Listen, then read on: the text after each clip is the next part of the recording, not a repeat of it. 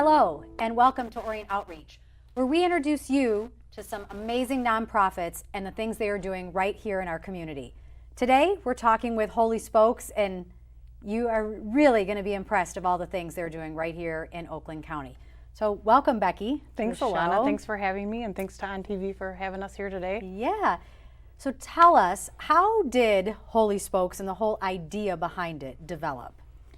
So Holy Spekes started, I'm going to give the credit to my husband. His name is Ken, and he grew up in this area, and they were very poor, and they didn't have money for things that weren't a necessity, and a bicycle was not a necessity, and his friends all had bicycles, and that was what he wanted. So he would piece and part and pull things out of the trash and make his own bicycles when he was a kid. And as he grew up and went through the military, he kind of fell in love with mountain biking when he was stationed in Germany. And when he came back, he kind of pulled me into a little bit of that. And over the years, we've tried to get our kids interested in it. And the last couple of years, they've started helping us find bikes and put them together. And we've donated them out to different organizations.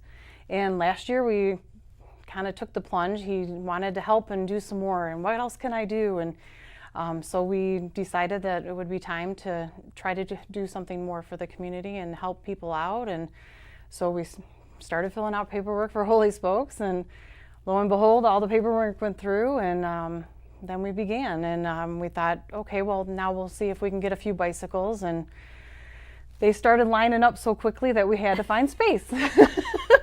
So it went by really quickly. It was very well received. A lot of different organizations were happy to talk to us about getting bicycles for the people that that needed them. A lot of low income and special needs, a lot of disabled, foster care, Wow. veterans, all of that type of thing. And what is the philosophy behind that name, Holy Spekes? So Holy Spekes, first we wanted something that would make people happy, and we kind of felt that we would be like the spokes on a wheel, and the wheel wouldn't turn if it didn't have the spokes. So we kind of started thinking, okay, well, we can be the initial spokes, but we're not enough. So we started reaching out to find people that could help us be our part of our organization and volunteer and become spokes with us. So we actually have big spokes that volunteer, and we have little spokes that volunteer, and we're trying to grow our spokes is what we're trying to do, but we're trying to get enough spokes so that we can, make a huge impact and difference in our community. That's a great philosophy. So with all those spokes and developing that, where you're kind of like a reduce, reuse, recycle nonprofit, right? Correct. Yeah. So we wanted to not have all the bicycles end up in the landfill. We grew up in this area and we've watched the landfill grow, and we didn't want to add to that if we could help it. So we do take bicycles, all makes, models, shape, all that kind of good stuff. And if we can't use something, we recycle it. We take off the tires, we take the metal in to be recycled, take the tires to be recycled, reuse anything that we can, and then make sure that the end product comes back out to people that need them. Wow, so after you fix the bikes up and piece them all together, where do these bikes go then? So there's a lot of different places that they go. We receive phone calls all day long pretty much of people that need them, as well as different organizations that need them. We have quite a few individuals that come to us that need a ride to work, or need some type of transportation to school or that type of thing. But we also do a lot with some of the larger organizations like Grace Centers of Hope and Power Company Kids Club, Love Inc., House of Providence, you name it. We're pretty much out there talking to people and seeing what their needs are. And so basically, once we get the bicycles finished, if we have some ready, we reach out. If we don't already have somebody that's looking for them, we reach out and ask what needs are out there, and we make sure that they get placed in the right spots. Wow, and so then they place them with those families in need, or a child that. Yep, usually, so the kids are, pretty special. They usually will find, the families that need them, and they'll take them, especially Power Company Kids Club, they're a big one with that. They'll actually take the bikes to the kids on their home visits and make sure that they place the right bikes for the right children. And, we've probably done a few hundred bicycles probably to them now at this point. But Race Centers of Hope is another one where they use the bicycles in their daycare, in their women's and children's center, but we also do a lot of the men's centers also. Wow, so that leads me into my next question of how many bikes do you think in this last year or 2 years that you have refurbished and given back to the community? So we've been adding them up, and since May of 2017, we are over 930. I think we're about 950 right now. Oh my goodness. We did about 497 last year, and as of this count right now, we're between 930 and 950. Wow, so it's busy. Yes, it's very busy. It's busy.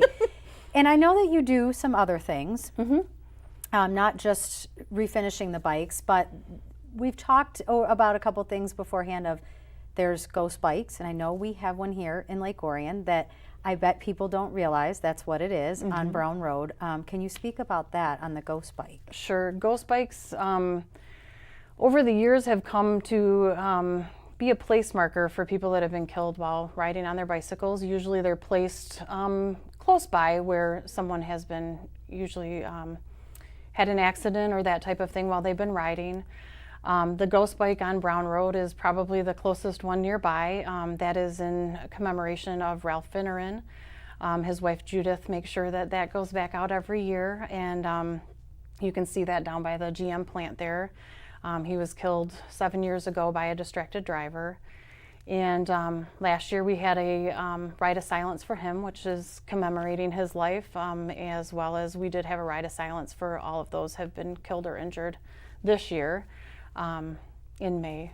So it's definitely something to remember that, there are bicyclists not only on the roads, but on the sidewalks and in the neighborhoods, and, transporting people everywhere, whether it's the kids or the adults, and to watch for them and not to be distracted by all the other things that we have going on. Yeah, even crossing the crosswalks. I mean, right here at a light. Something simple as that. And with the ghost bike you mentioned it briefly, is the silent ride. Yep. And those kind of go hand in hand. Yep, the Ride of Silence is an international ride. It happens in May, and it happens all over the world. This last year there was hundreds of people probably thousands actually, of people that had joined in.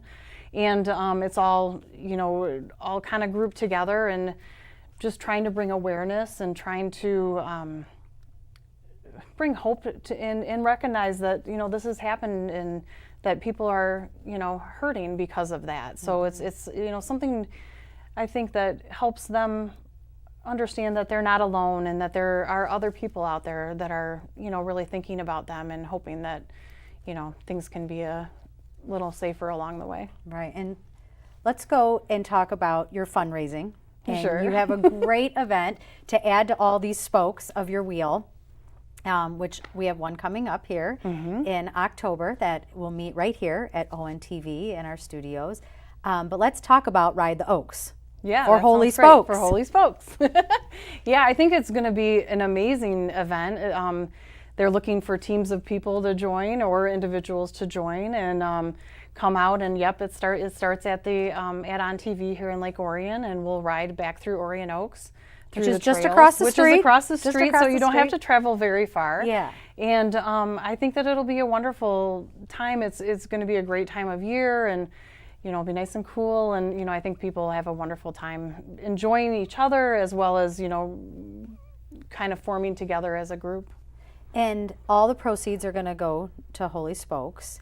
Correct me if I'm wrong, it's $40 for a team, $20 individual, and that's if you register ahead of time. You also get a t-shirt. Is it a Holy Spokes t-shirt? Well, I believe that there's something mentioned on there about okay. that. And how long is the ride for people? I'm not sure. I think we're going to be doing the race time starts at 1. Okay. And I think it just kind of depends on once everyone gets checked in and goes through. It'd probably be over an hour or two. Okay. And then the ending is back on TV again For a celebration. For the celebration. And with fundraising, what is your vision with that, and what possibly would you guys be using that fundraising money for? So fundraising is not our strong suit at Holy Spokes, but we sure do try. We have lots of things that we have ideas for. We've done such things as bike racks for the shop, tools for the shop, so that when our volunteers come in that we have more than one of something. Yeah. At some point we'll be looking into a vehicle, so that would be something along the way that we'll need to be looking into. We've had to recently retire our old one, so no longer are we the good graffitied truck that everyone recognizes, but we'll get back to something I'm sure interesting along the way. As well as, you know, making sure that we're looking into different opportunities with helmets and lights, and some of the homeless shelters and things, they're riding their bikes at different times of the day, where, you know, in the evenings, and you know, again, where you want them to be safe. So different things like that, as well as some of the parts and things. We do reuse most everything, but there are a few things along the way that we end up having to do something with. Sure. And if someone wanted to volunteer and get involved, what is the best way for them to do it, or how can they help you? So we have lots of different opportunities. We can always use bicycle mechanics and that type of thing. We do a lot with the schools as far as service hours and that type of thing. Probably the best way to reach out is either through our telephone number, which is 586-894-8895, or to email. It's ride@holyspokes.org. Those are probably the easiest and quickest ways to get a hold of us so that we can schedule something. That's fantastic. Keep up the amazing work. Over 900 bikes in 1 year. Yes. That's a huge impact on a community that I bet most people don't know. I think that is probably one of the things that people ask the most is, you know, oh, where are you located? And then they say, oh, and what kind of bikes do you take? But then they want to know, what are you doing with them? And so yes, having that many bikes go out is definitely an accomplishment. We're very happy to say that. Well, congratulations on all your accomplishments in a year, and definitely get out and sign up for Ride the Oaks. That sounds great. Holy Yes, Spokes. everybody needs to come out and ride. It would be awesome. Yeah. Thank you so much for joining us today.